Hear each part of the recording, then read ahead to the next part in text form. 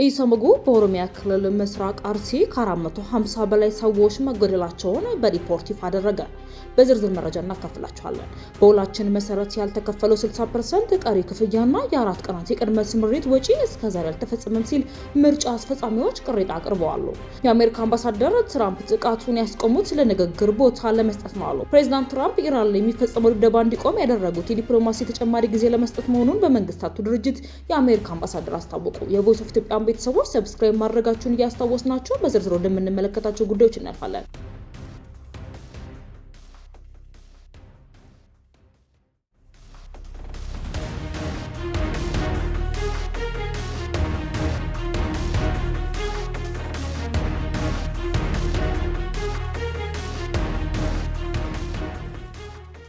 የኢትዮጵያ ሰብአዊ መብቶች ጉባኤ ኢሰመጉ በኦሮሚያ ክልል ምስራቅ አርሲ ዞን በተለያዩ ወረዳዎች ከ2014 ዓ.ም እስከ ግንቦት 24 2018 ድረስ በተፈጸሙ የሰብአዊ መብት ጥሰቶች ላይ ያካሄደው የምርመራ ግኝት ይፋ ባደረገበት 158ኛ ልዩ መግለጫው ቢያንስ ከ450 በላይ ንጹሃን ዜጎች መገደላቸውን አስታወቀ።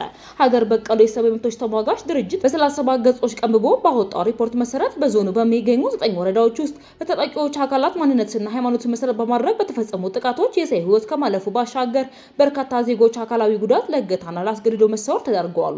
በተጨማሪም ከ14000 በላይ ሰዎች ከቀያቸው የተፈናቀሉ ሲሆን በርካታ አብያተ ክርስቲያናትና የግል ንብረቶችም መዘረፋቸውንና መውደማቸውን አመላክቷል። ኢሰመጉ ባካሄደው የመስክ ምልከታና መረጃ የማሰባሰብ ስራ በጥቃቶቹ ሳቢያ በየወረዳው የተመዘገበውን የሟቾች ቁጥር እንደሚመለከት አሰናድቶታል። መርቲ ወረዳ 117 ሰዎች፣ ሸርካ ወረዳ 116 ሰዎች፣ ደጁ ወረዳ 101 ሰዎች፣ ሮቤ ወረዳ 47 ሰዎች፣ ጉና ወረዳ 27 ሰዎች፣ ሆንቆሎ ዋቤ ወረዳ 20 ሰዎች፣ ሙኒሳ ወረዳ 19 ሰዎች፣ አሰኮ ወረዳ 5 ዜጎች፣ 4 የህዝብ ሚሊሻዎችና አርሲ ሲሬ ወረዳ 3 ሰዎች በተጠቀሰው የጊዜ ሰሌዳ ውስጥ ህይወታቸው አልፏል።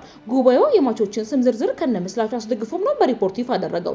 ከግድያው ጎን ለጎን በሸርካ፣ ሮቤ፣ ደጁ፣ መርቲና ሙኒሳ ወረዳዎች በመቶዎች የሚቆጠሩ ሰዎች በታጣቂዎች ታግተው የተወሰዱ ሲሆን ቤተሰቦቻቸው ከፍተኛ የካሳ ግፍያ ከፍለው ያስለቀቋቸው ቢኖሩም የበርካቶች ያሉበት ሁኔታ ግን እስካሁን ሳይታወቅ ቀርቷል። በጥቃቶቹ ወቅት በህጻናትና በአረጋውያን ላይ ከባድ የአካል ጉዳት መድረሱን ሪፖርቱ ያመለክታል። ኢሰመጉ ድርጊቶቹ በህገ መንግስቱና በዓለም አቀፍ ድንጋጌዎች የተረጋገጡ መሰረታዊ መብቶችን የጣሱ በሰብአዊነት ላይ የሚፈጸሙ ወንጀሎችን ባህሪያትን የማይሳይ ነው ብሏል። በመሆኑም የፌዴራልና የክልል መንግስታት ለዜጎች ዘላቂ ጥበቃ እንዲያደርጉ፣ ጥሰት ፈጻሚዎችን ለፍርድ እንዲያቀርቡና ለዜጎች ካሳ እንዲከፈልና ተፈናቃዮች ወደ ቀያቸው እንዲመለሱም ኢሰመጉ ጥሪ አቅርቧል። በሌላ መረጃችን በምርጫ ቦርድ በሰባተኛው ጠቅላላ ምርጫ በተለያዩ ክልሎች በምርጫ አስፈጻሚነት የተሰማሩ ዜጎች በሰሩበት ከግማሽ በመቶ ክፍያ እንዳልተፈጸመላቸው በተፈጸመው ክፍያም ቢሆን የሰሩበት ቀን የተቀነሰባቸው እንዳሉና ምርጫ ቦርድ መፍትሄ እንዳልሰጣቸው ገለጹ። በሁላችን መሰረት ያልተከፈለው 60% ቀሪ ክፍያና የ4 ቀናት የቅድመ ስምሪት ወጪ እስከዛሬ ድረስ አልተፈጸመም ብለዋል። በተደጋጋሚ የተሰጡ ቀጠሮች ሳይፈጸሙ ቀርቷል በማለትም ወቅሰዋል። በምርጫው በታማኝነት በትጋትና በሙሉ ኃላፊነት የተሰራን ሲሆን እኛ ግን ሀገራዊ ግዴታችንን በአግባቡ ተወጥተናል፣ ግን የሚገባንን ክፍያ እስካሁን አላገኘንም ሲሉም ተናግረዋል። በአማራ ክልል በተለይ ሰሜን ወሎ ዞን የሚገኙ ምርጫ አስፈጻሚዎች ደግሞ እስከ ሰኔ 2015 ሙሉ ክፍያ ይፈጸማል ቢባሉም አለመፈጸሙንና 40% ክፍያ ሲፈጸምላቸው ቢሆን የሰሩባቸው ቀናትም መቀነሳቸውን ተናግረዋል። አንድ የምርጫ አስፈጻሚዎች አስተባባሪ በሰጡን ቃል መሰረት እኛ ጋር የመጣው የጣቢያ አስፈጻሚዎች ቀን የ54 ቀና መሆን ያለበት ሲሆን የ39 ቀናት ነው። በየወረዳው ላሉ 3 የምርጫ ክልል አስፈጻሚዎች ክፍያ ደግሞ መሆን የነበረበት 169 ቀናት ነው፣ ግን የ79 ቀናት አልታሰበም ማለትም ተናግረዋል። 40% ክፍያ ሲፈጸምላቸው የ39 እና የ90 ቀናት ብቻ መሆኑና 60% የሚሆነው ክፍያ ደግሞ ጭራሽ እንዳልተፈጸመ ገልጸው የኛ ብቻ ቀኑ የሚቀነስበት ምክንያት ምንድነው ሲሉም ጠይቀዋል። በተለያዩ አካባቢዎች ያሉ ቅሬታዎች አቅራቢዎች ክፍያቸው መዘግየቱና ሙሉ በሙሉ አለመከፈሉ ቤተሰቦቻቸው ጭምር ኢኮኖሚያዊ ጫና መፍጠሩን በመጥቀስ የሚመለከታቸው አካላት ውዝፍ ክፍያውን በአስቸኳይ እንዲፈጽሙና ለአስፈጻሚዎችም ግልጽና ፈጣን ምላሽ እንዲሰጡ አሳስበዋል። ቲግቫ ኢትዮጵያ ቅሬታቸውን ይዞ ከምርጫ ቦርድ ምላሽ ለማግኘት ያደረጉት ተደጋጋሚ ሙከራ ስልክ ባለማነሳቱ ያልተሳካ መሆኑን ተናግሯል። የቮይስ ኦፍ ኢትዮጵያ ቤተሰቦች ዳግም ሰብስክራይብ ማድረጋችሁን እያስታወስናችሁ ልጭ ዘገባችን እናልፋለን።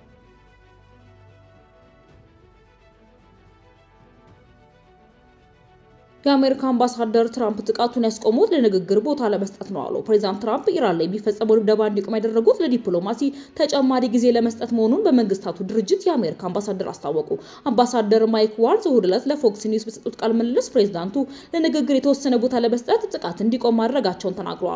አዲሱ የዩናይትድ ኪንግደም ጠቅላይ ሚኒስትር አንዲ በርሃም ለዩክሬን የሚያደርጉትን ጽኑ ድጋፍን በመቀጠል ቃል ገብተዋል። ጠቅላይ ሚኒስትሩ ከፕሬዝዳንት ቮሎዲሚር ዜሌንስኪ ጋር ዛሬ ውይይት አድርገዋል።